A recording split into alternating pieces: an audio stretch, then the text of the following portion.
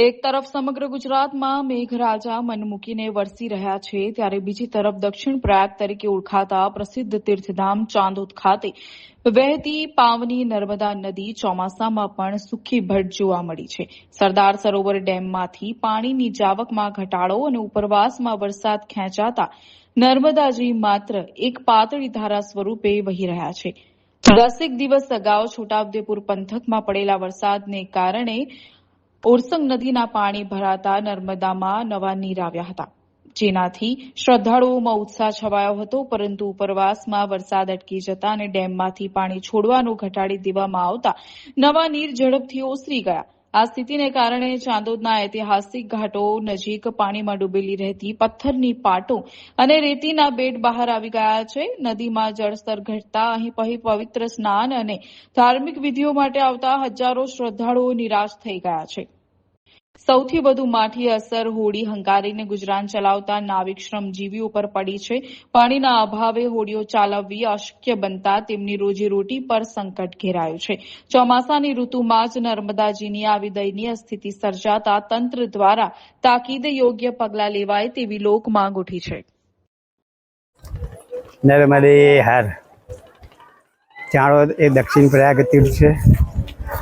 અત્યારે તમે જોઈ રહ્યા છો નર્મદાજી ચોમાસું જે ભરપૂર ચોમાસું ચાલી રહ્યું છતાં પણ નર્મદાજી નદીનો પ્રવાહ એકદમ ઓછો થઈ ગયો છે.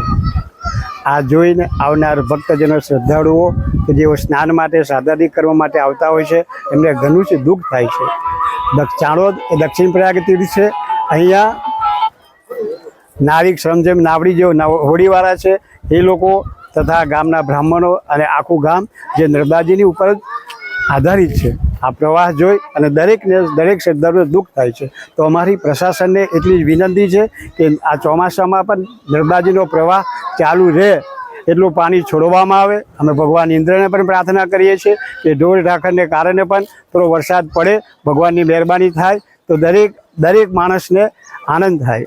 એટલે આ નર્મદાજીનો પ્રવાહ ચોમાસામાં આ જોઈને દરેક શ્રદ્ધાળુને દુઃખ થાય છે.